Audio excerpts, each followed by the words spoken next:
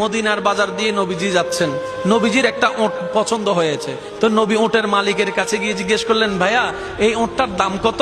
ওই দামাদামি হলো, নবী সে দামে কিনতে রাজি হলেন, কিন্তু নবীর কাছে তখন অর্থ ছিল না। তখন নবীজি ওনাকে বললেন, আপনি আমাকে ওঁটটা দেন, আমি এখনই গিয়ে আপনার সেই প্রাপ্যটা পাঠিয়ে দিচ্ছি। ওঁটের মালিক ওনাকে ওঁটটা দিয়ে দিলেন। আশেপাশে যারা ওঁটের মালিক ছিল সবাই জিজ্ঞেস করতেছে, এই পাগলা, তুমি কি যাকে ওঁট দিয়েছো তাকে চিনো? বলে যে না। নাম জানো? বলে যে না। পরিচয় জানো? বলে যে না। ঠিকানা জানো? না। তো তুমি যে ওঁটটা দিয়ে দিলা, উনি যদি ওঁটের টাকাটা না ফাটায় তখন তো তুমি লসের মধ্যে চলে যাবা। সে ওঁটের মালিক বলে, এত সুন্দর নুরানি চেহারাওয়ালা কখনো বাটপার হতে পারে না, কখনো চিটার হতে পারে না, কখনো মিথ্যুক হতে পারে না। ওনার চেহারা দেখেই তো আমি ওঁট বিক্রি করার আগে মনটাই বিক্রি করে দিয়েছি, মনটাই বিক্রি করে দিয়েছি, মনটাই বিক্রি করে দিয়েছি। তোমরা যাই বলো, আমার মন বলে উনি আসবেই আসবে, টাকাটা পাঠাবে পাঠাবে। এই